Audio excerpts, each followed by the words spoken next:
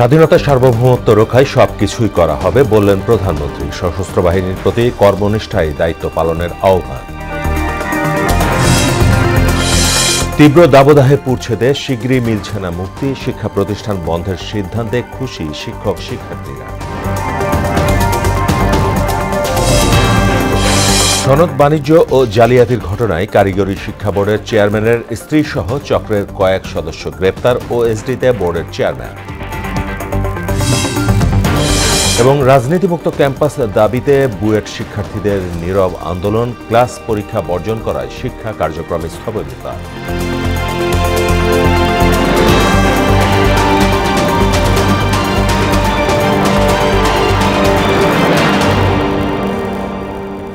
আসসালামু আলাইকুম, সবাইকে মোহনা সংবাদে স্বাগত। শুনছিলেন শিরোনাম, সঙ্গে আছি মাহমুদ হোসেন। এবার বিস্তারিত। বাংলাদেশ যুদ্ধ চায় না, তবে স্বাধীনতা সার্বভৌমত্ব রক্ষায় সম্ভাব্য সবকিছুই করা হবে বলে জানালেন প্রধানমন্ত্রী শেখ হাসিনা। রোববার চট্টগ্রামের হালিশহর সেনানিবাসে শেখ মুজিব ব্যাটারি কমপ্লেক্স উদ্বোধন শেষে আয়োজিত দরবারে এসব কথা বলেন তিনি। এ সময় পেশাগত দক্ষতা, কর্মনিষ্ঠা ও দেশপ্রেমে উদ্বুদ্ধ হয়ে সশস্ত্র বাহিনীকে দায়িত্ব পালনের আহ্বানও জানান সরকার প্রধান। নাসির উদ্দিনের রিপোর্ট। মুজিব ব্যাটারি, যা বাংলাদেশের প্রথম আর্টিলারি বা ভারী অস্ত্র সম্বলিত ইউনিট। মুক্তিযুদ্ধে 1971 সালের 22 জুলাই ভারতের কোনাবান অঞ্চলে 6টি কামান নিয়ে প্রতিষ্ঠা পায় সেনাবাহিনীর এই ইউনিট। পাকিস্তান থেকে পালিয়ে আসা গোলন্দাজ বাহিনীর 80 জন বাঙালি সদস্য সেখানে যুক্ত হন। মেজর খালেদ মোশাররফ এর নামকরণ করেন মুজিব ব্যাটারি। গোলন্দাজ বাহিনীর বীরত্ব গাথা দেশবাসীর কাছে তুলে ধরতেই হালিশহর সেনানিবাস আর্টিলারি সেন্টার ও স্কুলে নির্মাণ করা হয় এই কমপ্লেক্স, যার উদ্বোধন করেন প্রধানমন্ত্রী শেখ হাসিনা। কমপ্লেক্সে স্থাপিত আর্টিলারি জাদুঘর পরিদর্শন করেন তিনি। ঘুরে দেখেন গোলন্দাজ বাহিনীর উল্লেখযোগ্য অপারেশনগুলোর গৌরবময় ইতিহাস। পরে বাহিনীর বিশেষ দরবারে যোগ দেন প্রধানমন্ত্রী শেখ হাসিনা। তিনি বলেন, আধুনিক জ্ঞান সম্পন্ন প্রশিক্ষিত সশস্ত্র বাহিনী গড়ে তুলতে কাজ করছে সরকার। সশস্ত্র বাহিনী সারা বিশ্বে একটা মর্যাদা নিয়ে চলবে। তাদের পেশাগত দক্ষতা, কর্তব্যনিষ্ঠা এবং অনুশীলন, প্রশিক্ষণ এবং দেশপ্রেমে উদ্বুদ্ধ হয়ে দায়িত্ব পালন করবে। বাংলাদেশ শান্তিতে বিশ্বাসী, তবে সার্বভৌমত্বে আঘাত এলে সহ্য করা হবে না বলেও হুঁশিয়ারি জানান তিনি। যে কোনো দেশের সশস্ত্র বাহিনী যুদ্ধে জয়ী হতে পারে তখন যখন জনগণের আস্থা, বিশ্বাস তাদের উপর থাকে। আমরা কারোর সঙ্গে যুদ্ধ করতে চাই না, আমরা সকলের সাথে বন্ধুত্ব চাই। পাশাপাশি আমাদের এটাও মনে রাখতে হবে, আমাদের দেশটা স্বাধীন সার্বভৌম দেশ। আমরা যুদ্ধ করে বিজয় অর্জন করেছি। আমাদের স্বাধীনতা সার্বভৌমত্বকে ক্ষুণ্ণ করুক, আমরা তা চাই না। আমরা বন্ধুত্ব নিয়ে চলতে চাই, কিন্তু আমাদের দেশের স্বাধীনতা সার্বভৌমত্ব রক্ষায় যা যা করণীয় সেটা আমাদের জান কবুল, আমরা তা করব। এ সময় ইসরায়েলি আগ্রাসনের সমালোচনা করে সব সময় ফিলিস্তিনের পাশে থাকার ঘোষণাও দেন প্রধানমন্ত্রী শেখ হাসিনা। কাজে আমরা তাদের পাশে আছি, তাদের পাশেই থাকব। নাসির উদ্দিন, মোহনা সংবাদ। চলমান তাপদাহে বিপর্যস্ত জনজীবন, জীবিকার প্রয়োজনে বাইরে বের হওয়া মানুষের হাঁসফাঁস অবস্থা। পড়ছে কৃষি ও কৃষক, বেড়েছে সেচ ব্যয়। জীবন জীবিকা রক্ষায় কৃষকদের বিকেল ও সন্ধ্যায় মাঠে কাজ করার পরামর্শ কৃষি গবেষকদের। আর এ চলমান তাপদাহ থেকে শিগগিরই মুক্তি মিলবে না বলে জানায় আবহাওয়া দপ্তর। আরিফুর রহমানের ক্যামেরায় উষা ফেরদৌসের রিপোর্ট। গরমের তীব্রতায় কাজ করার শক্তি হারিয়েছেন ইটভাটা শ্রমিকরা, তাই খানিকটা জিরিয়ে নিচ্ছেন তারা। প্রচণ্ড গরমের সঙ্গে আর্দ্রতা জ্বালা ধরাচ্ছে শরীরে, দরদর করে ঝরছে ঘাম।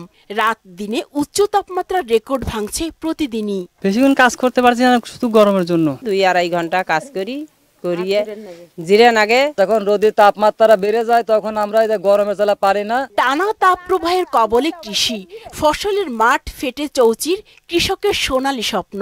টানা খরতাপে পানির স্তর নেমে যাচ্ছে, তীব্র থেকে তীব্রতর হচ্ছে সুপেয় ও সেচের পানির অভাব। গাছ মারা গেছে, দেখেন ওইগুলো দেখেন, এই আইরা যাচ্ছে, লাল হয়ে যাচ্ছে। বেশি করে পারি না, এই খরাতে বেশি করা যায় না। ফসল সব নষ্ট হয়ে গেছে, বীজ জল লাগে, পানি জল লাগে, সপ্তাহে 2-3 বার পানি জল লাগে, গৃহস্থ একবার হাঁপাই গেছে। পানি খরচ অনেক বাড়ছে, পানি বেশি লাগে, সময় বেশি নিতেছে। উচ্চমাত্রার গরমের সঙ্গে কৃষকদের শরীর খাপ খাওয়াতে পারছে না। এতে নানা ধরনের রোগবালাই বেড়ে যাওয়ার পাশাপাশি মৃত্যুর ঝুঁকি বাড়ছে। তীব্র গরমে কমছে কৃষকের কর্মক্ষমতা আর কমছে উৎপাদন। মাঠে এখন ইরিগেশন দেওয়া জরুরি, কারণ হলো গাছের গোড়ায় ধানের ফিল্ডের ক্ষেত্রে যদি বলি, গোড়ায় পানি রাখা দরকার গাছের গোড়ায় ফিল্ডে, তাহলে মাইক্রো এনভায়রনমেন্ট ঠান্ডা থাকবে, কোল্ড থাকবে।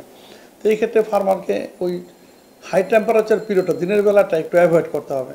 বিকাল থেকে অথবা সন্ধ্যার পরে সে যদি ইরিগেশনে কাজ করে, ফিল্ডে কাজ করে, তখন টেম্পারেচার একটু কম থাকবে, সেই ক্ষেত্রে হিটস্ট্রোকের সম্ভাবনা কম থাকে।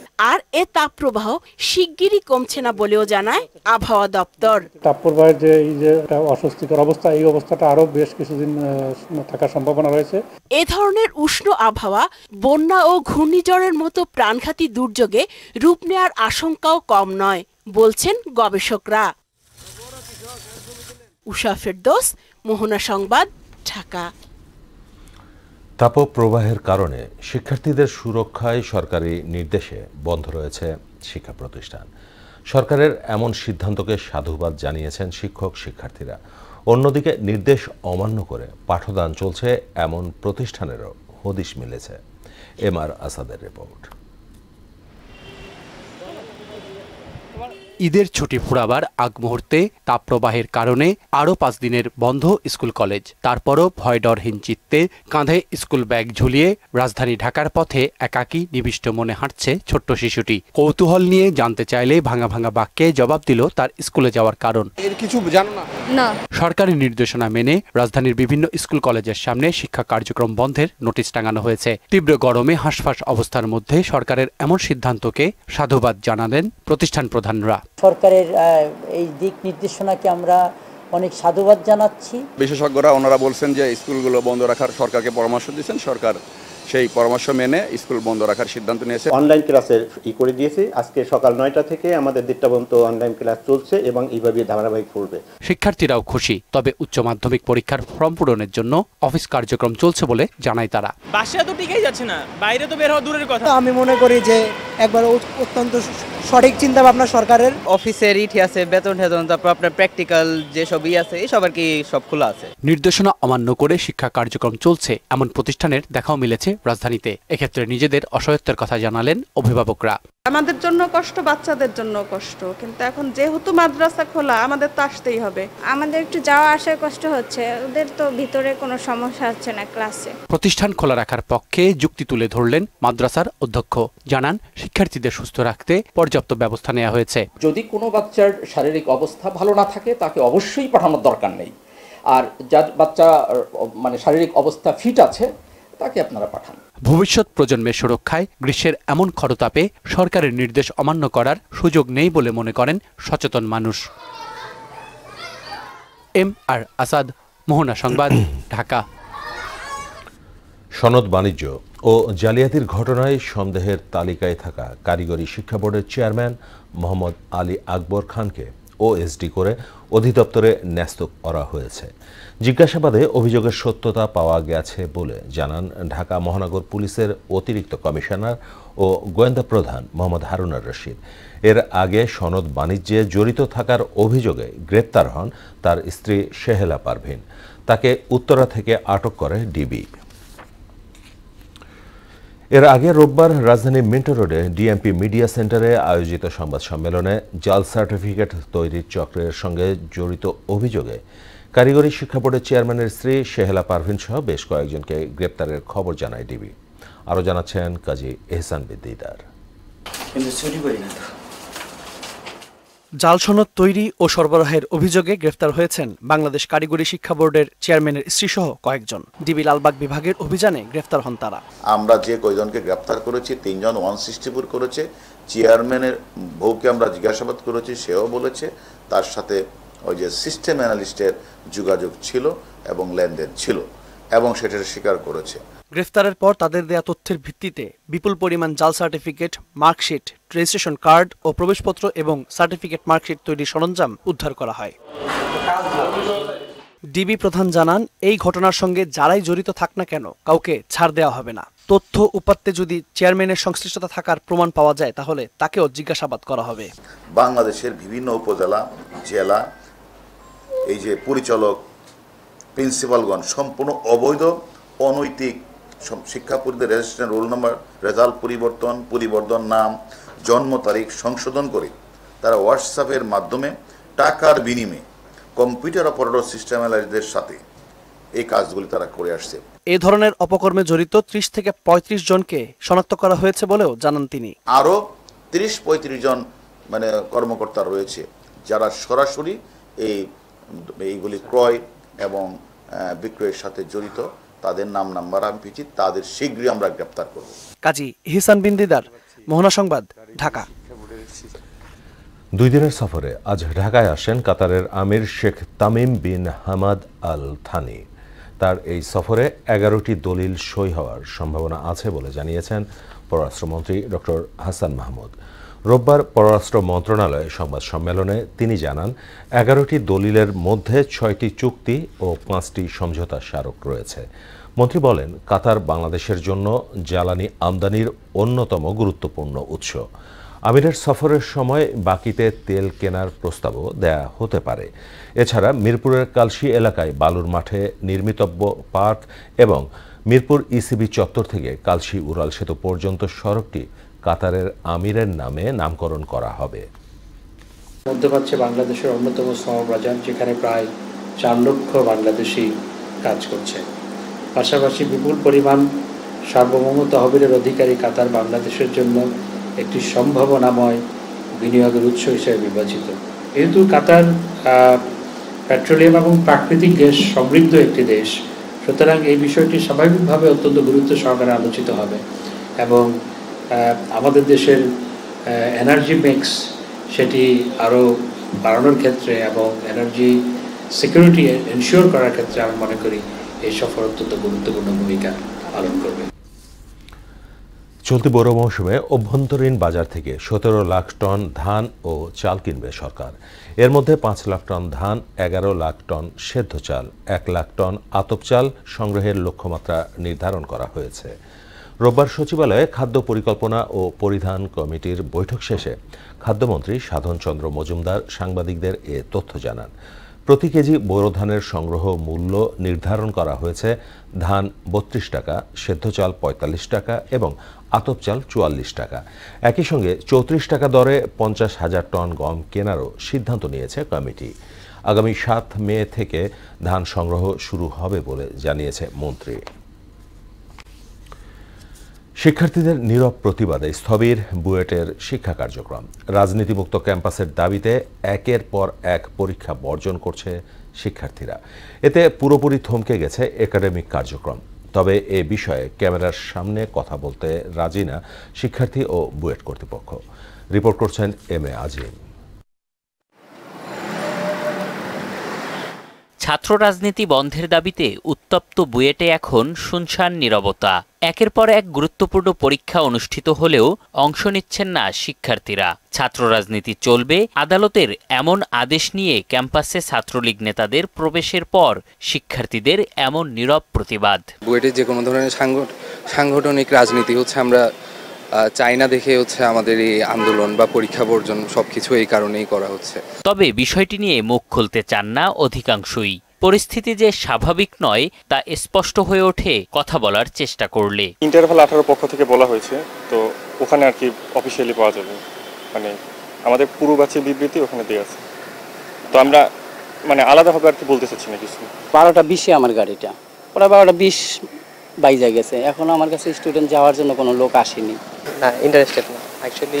আমি পোস্ট গ্রাজুয়েশন লেভেলে তো বিষয়টা নিয়ে আসলে আমাদের খুব একটা নাই। শিক্ষার্থীরা না আসলেও পরীক্ষা থেকে ক্লাস সব কার্যক্রম সচল রাখতে চেষ্টা করছে শিক্ষক, কর্মকর্তা ও কর্মচারীরা।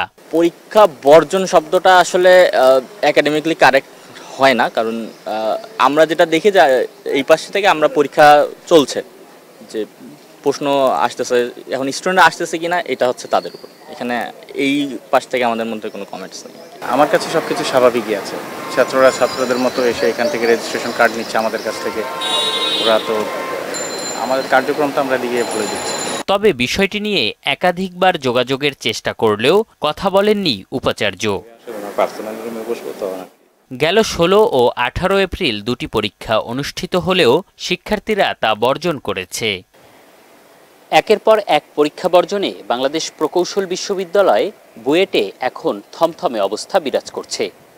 কোন পথে যাচ্ছে কারিগরি শিক্ষায় দেশের সবচেয়ে মেধাবীদের এ শিক্ষা প্রতিষ্ঠানটি তা বলতে পারছে না কেউ। তবে দেশের স্বার্থে এর সমাধান দ্রুত হওয়াই শ্রেয়। এম এ আজিম, মোহনা সংবাদ, ঢাকা। পটুয়াখালীতে হঠাৎই বেড়েছে ডায়রিয়ার প্রকোপ। গত এক সপ্তাহে প্রায় 500 রোগী ডায়রিয়া আক্রান্ত হয়ে জেলার বিভিন্ন হাসপাতালে চিকিৎসা নিচ্ছেন। চিকিৎসা সেবা ও হাসপাতালের পরিবেশ নিয়ে রোগীদের রয়েছে নানা অভিযোগ। বাড়তি রোগীর চাপ সামলাতে হিমশিম পটুয়াখালী মেডিকেল কলেজ হাসপাতাল কর্তৃপক্ষ। তবে এ সময়টাতে সচেতনতার উপর জোর দিয়েছেন চিকিৎসকরা।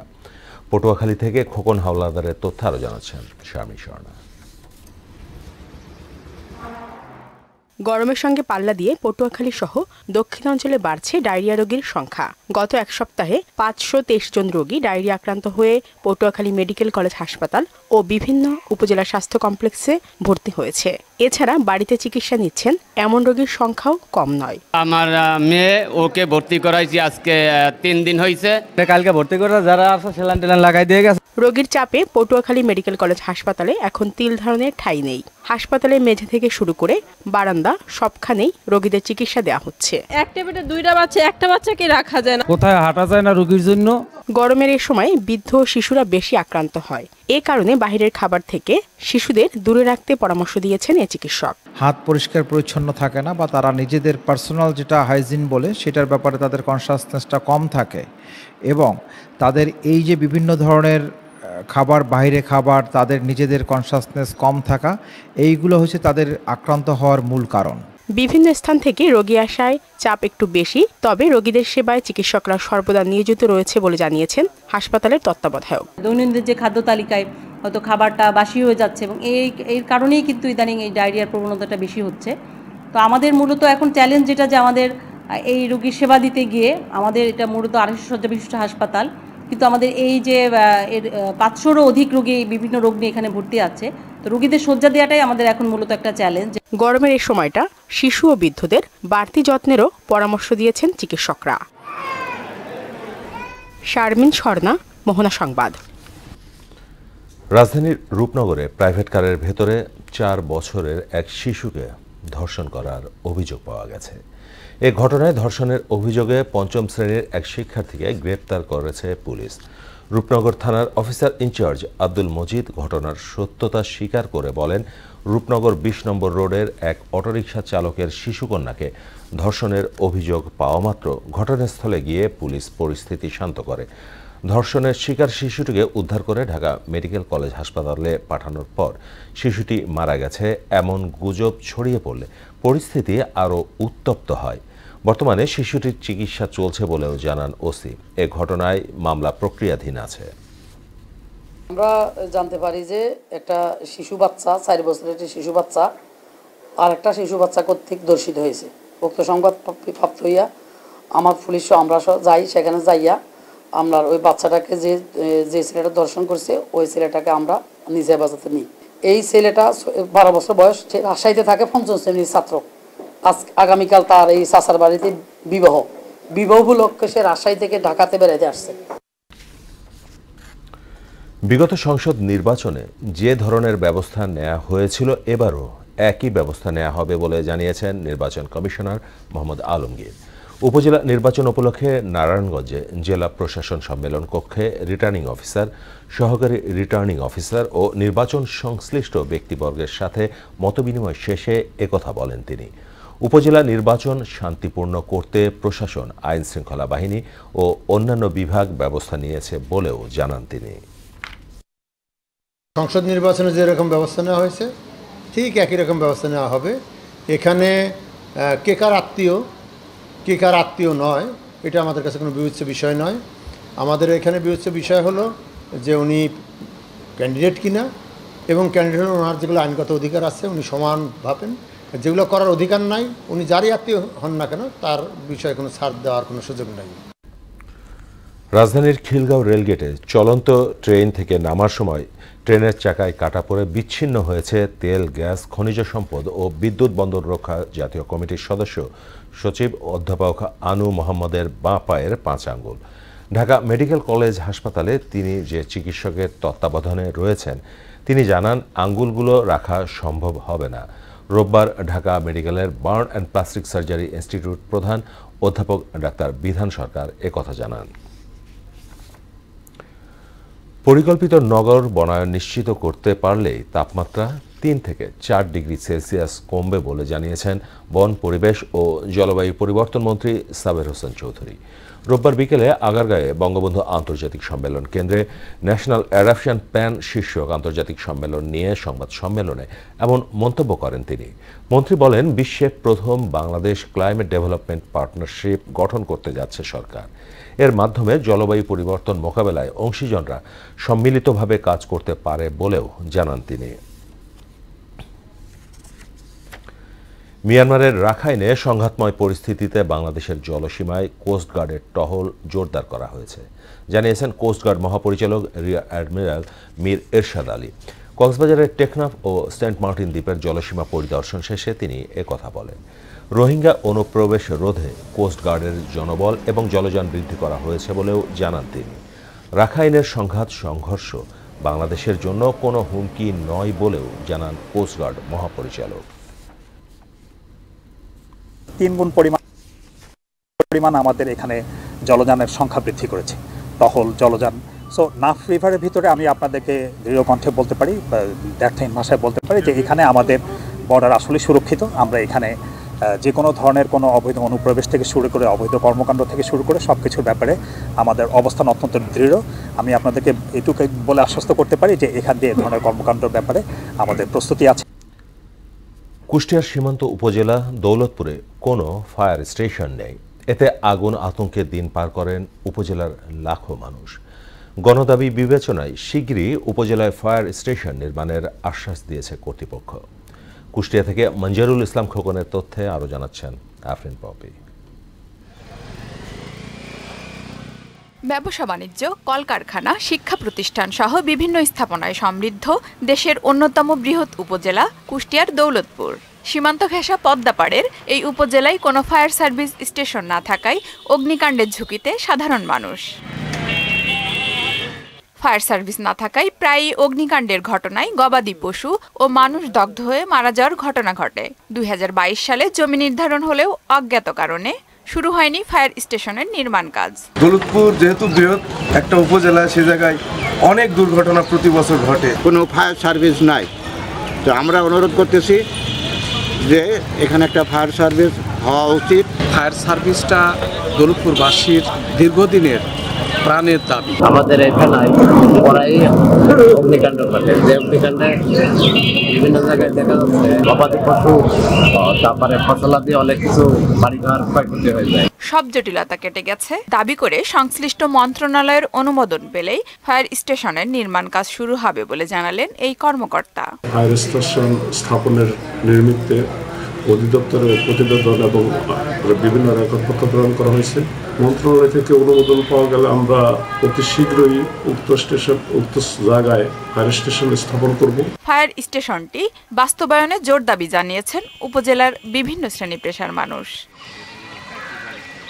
আফরিন পপি, মোহনা সংবাদ।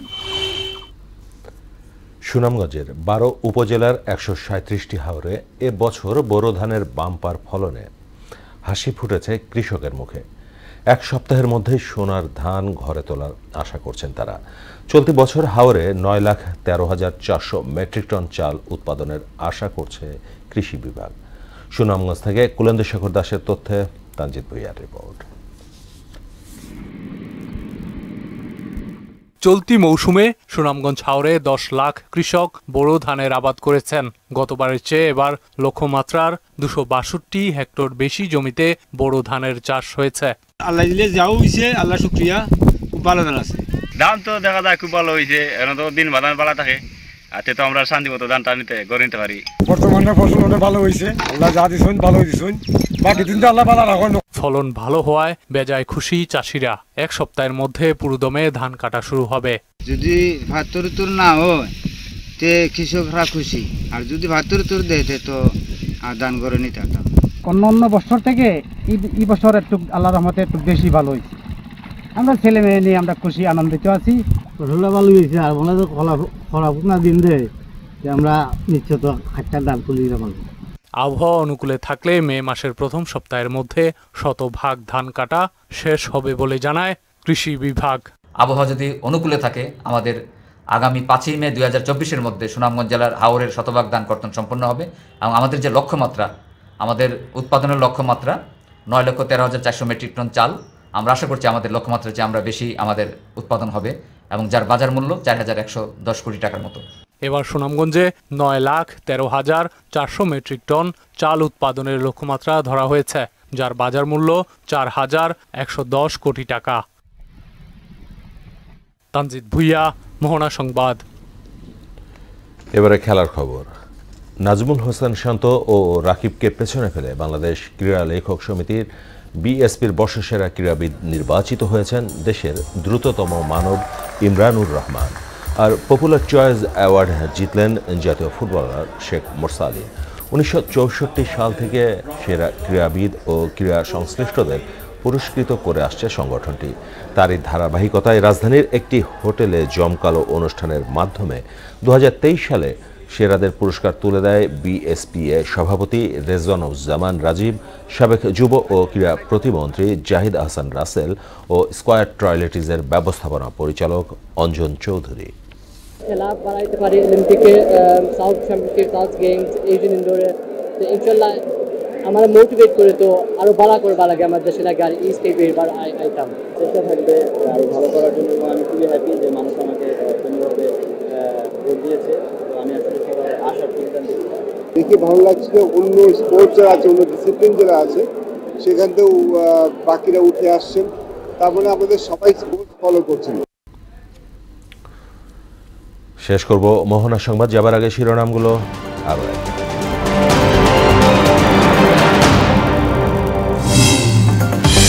স্বাধীনতার সার্বভৌমত্ব রক্ষায় সবকিছুই করা হবে বললেন প্রধানমন্ত্রী।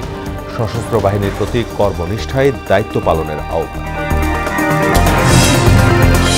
তীব্র দাবদাহে পুড়ছে দেশ, শিগগিরই মিলছে না মুক্তি, শিক্ষা প্রতিষ্ঠান বন্ধের সিদ্ধান্তে খুশি শিক্ষক শিক্ষার্থীরা। সনদ বাণিজ্য ও জালিয়াতির ঘটনায় কারিগরি শিক্ষা বোর্ডের চেয়ারম্যানের স্ত্রী সহ চক্রের কয়েক সদস্য গ্রেফতার, ওএসডিতে বোর্ডের চেয়ারম্যান।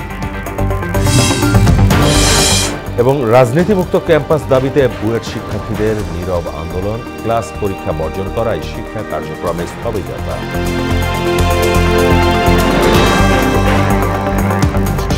এই ছিল মোহনা সংবাদ। এছাড়া মোহনার সবশেষ খবর জানতে ভিজিট করুন www.mohana.tv। সংবাদ দেখতে পারেন ফেসবুক ও ইউটিউবে। এতক্ষণ সঙ্গে থাকার জন্য সবাইকে ধন্যবাদ।